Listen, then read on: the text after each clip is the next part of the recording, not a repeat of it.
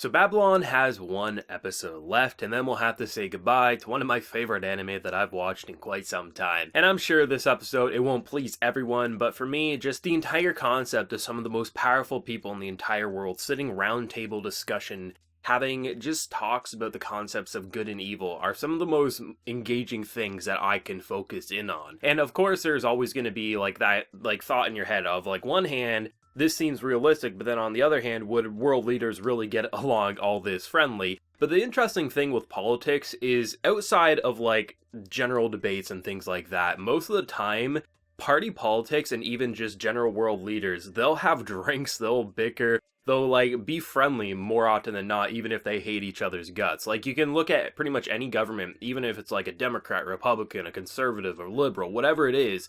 In the general public and debates and things like that, they will hate each other's guts, they'll say all these things, but behind closed doors, you always read stories about how they're more like-minded than people realize, and that they're generally not all that hostile towards each other. So the idea that you can have Germany, United States, Canada, France, UK, EU, all these places just actually be able to debate, because it's not live broadcasted, I absolutely believe something like this could happen, because at the end of the day, most of these people are just people, even though they represent an entire country. Things like this, I absolutely could see happening, and even though that whole debate of good and evil may not be everyone's cup of tea in terms of what engages them, for me, I love thinking about that types of stuff. Obviously, can they go more into it past just the basic 101s of what's good and what's evil? Absolutely, but I think if they did that, I don't think it would have been able to reach a wider audience. Obviously, if they went into more complex narratives and things like that of what's good and what's evil past just the absolute basics, I would love that type of content, but I don't think everyone who's watching Babylon would, so I think they struck the balance of what they needed to be interesting, but also bring up a good idea of what this show represents, which is good and evil, and how you get a title drop in the actual opening about the horror of Babylon and how I really is the embodiment of evil, and we're waiting for the Lord and Savior to burn her and just kind of destroy everything about her. Which, I don't know, maybe episode 12 will have the President of the United States be the kind of symbol of the Lord and Savior and just completely shut her world down, or he'll get intoxicated with her just charming ways. And I don't know where they want to go with episode 12. That really excites me. I mean, the ending of the episode, it's to be expected. I don't think everyone thought walking out of this episode we were going to say, yep, the Thinker did it, she's done. And then we would just have a happy epilogue. No, there's no way. I was actually expecting that there would be a giant army of supporters that would surround them and would they toss him off a roof or something. I wasn't sure where they're going with it. But just see the entire point of trapping them there and having I and just the president have a long conversation. I don't know where that wants to go. Because on one hand, Zen is going to say, President, she's horrible, she's a witch, do not talk to her, she will intoxicate you. But then again, we've had characters like Zen be able to look at her dead in the eyes and not basically immediately fall to her charms. But maybe that's just because she didn't use her full capabilities. We really don't know. So I'm going to be interested to see what pretty much, I think we can say, the smartest character in this series is going to do talking to this character. What will happen? Will there be a sort of positive end, or will it end in complete heartbreak? Maybe a bittersweet ending? I really don't know, but the idea that this was always just a ploy to get him isolated and to really just show the world that it's going to happen, I thought was quite interesting. I mean, most of this episode, it wasn't about shocking you with the end of the episode. It was these characters sitting around discussing, and at first I was actually really interested in seeing the different positions of just different countries. And I think a lot of people, they don't realize, watching Babylon, suicide isn't illegal globally. There are certain countries that have their own versions of suicide that are legal in some ways. In Canada recently,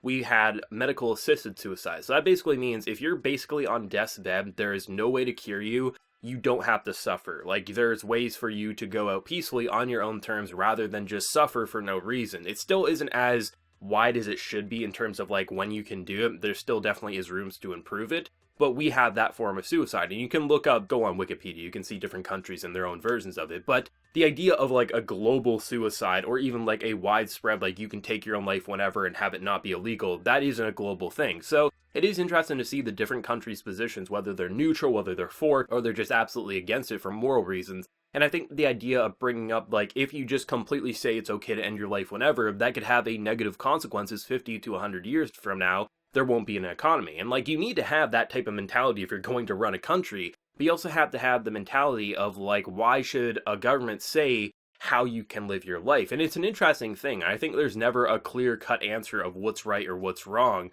Obviously, we know underneath the hood there's a bigger thing going on with I, and of course we got Itsuki, and just there's clearly something more sinister going on with the embodiment of evil in the horror of Babylon. But still, it's nice to see how they are talking about things on a political scale that it kind of reflects morally, but it's economically and things like that. And to see how they naturally transition from that to then just saying, hey, that actually isn't what we need to discuss. It's good and evil is an interesting thing, because even though it was kind of built on like, hey, I talked to my religious pastor here, it is an interesting thing about how, really, why are we focusing on whether it's right or wrong when fundamentally the world is built on good and evil? If we can come to a conclusion of what's good and what's evil, maybe that will give us a solution of what we should do with this whole suicide law. The fact that they went into like this space and like really were warping around perspective, I thought was really interesting, because the concept that they were talking about is bigger than a person, is bigger than the world, is like this thing that's bigger than humanity, and have them just floating in space and how they would shift up the imagery and just have all these interesting things be said. It's not things that we haven't seen in other stories. Like, it's not basic, but it's not advanced good or evil talk. It's kind of like straight down the middle, so it's easy to consume, whether you're for this like kind of like philosophical debate or you're completely against it. Like, it kind of hit that sweet spot that most people should be able to get something out of it. And I thought when they brought up the whole like train tracks and then organ donors, like that's something we've seen before. But it is interesting to see how different world leaders were kind of interacting with that. Like, hey, cart's coming, do you save 5 people or do you save 1 person? And that's always been an interesting kind of concept in my mind, because no one can really say what they would do until they're in that moment. Because on one hand, if you decide to pull that lever, you are ending someone's life. Now, you can argue, well, if you didn't pull it, then you're still killing someone. But it is that morally conflicting thing of, we are human and we're not designed to kill, and pulling that lever will kill, so we can just be a bystander, right? So I always love those types of conversations, because it is something that is ingrained to our DNA. Do not kill. Like, the idea that good and evil exists in the animal kingdom is something that is interesting to think about, because really, good and evil is a concept designed by humans to make the world function in a certain way, and there really is only a select few reasons why it was. I think that's interesting, because something I will always bring up on the channel is basically how if you're put into a life and death situation, if you have to pull the trigger to save yourself, most people can't do it, because we've naturally been ingrained over generations upon generations upon generations to not take a life. That is just something that is born into human DNA over just countless generations imposing laws, and, we have like this moral ethic code that says why we shouldn't do it. So I think it is quite fascinating to watch these characters really debate such, you can say their basic concepts, what is good, what's evil, but it really does boil down to what takes a life and what helps a life. That's kind of what the universe has kind of dictated up to what humans can comprehend. And I think it is pretty interesting to see that's what this entire summit was for these leaders before we switched over to the Eye Madness. Because really, you can say, well, was this even important? Because now she's just going to manipulate everything and win unless the president can do something against that. But I think it is important because really, this has always been a political thriller. There are, of course, people who watch this just to see killing,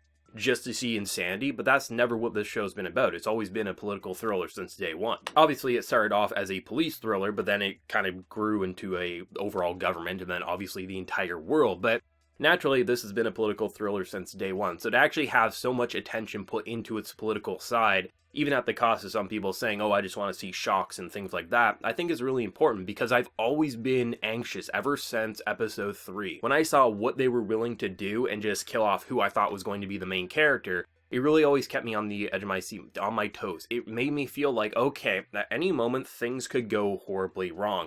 Whether that's something on a global scale or something on a personal scale. And that's what I've always really appreciated about Babylon, is how rather than just keeping the focus on like the edge or the shock, it kept the focus on the most important thing, which I think is the writing. The writing across the board and seeing why characters are acting in certain ways. And even though we only have one episode left to tie this together, really I think one episode is all we really need, because once that conversation finishes, either the world will be okay, or the world won't be okay. Simple as that to me. I don't see any other solution, so I'm curious to see where they really want to go, and what is the limitations of Ai's abilities, because Zen has been able to function, even if he lost his mind. He hasn't dove off the deep end. He hasn't pulled a gun out and blasted his brains out.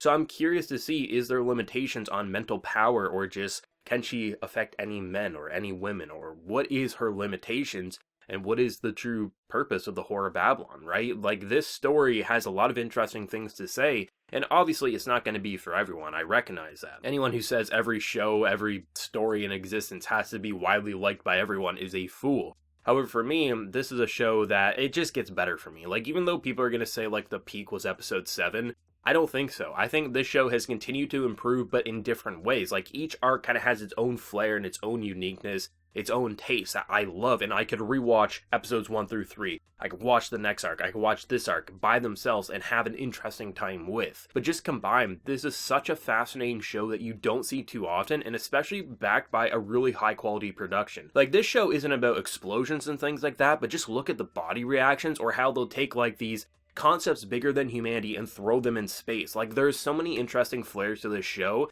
and the voice actors just tie this entire package together with such personal acting. Even if they're just politicians, it does feel like this is how this conversation should go down. And even though, yes, sometimes things do happen probably more calmly than they would in the real world, a lot of the concepts being explored and how these characters are kind of chummy with each other even if they don't like each other is absolutely how politicians and politics work in the real world. Unless there's cameras pointed onto them, then they'll be like hardened badasses being like, screw this person's. But if they're just at a party or they're just having a roundtable discussion, absolutely, they're not as hostile as they make themselves believe they are in the media and things like that, because that's the brilliance of politics. It is one big stage play, and it's all about who can impress the most amount of people. It's a really interesting concept, which is why I kind of love the drama about politics in general. But this was a great episode to me. I'm incredibly excited for episode 12, easily my most anticipated episode of next week, without a doubt in my mind. It's sad to see that Babylon is almost over, but it also feels good to know that it's not dragging out. It's doing something in a condensed fashion that feels well-paced and very tightly structured. I love this episode. But what did everyone think, either for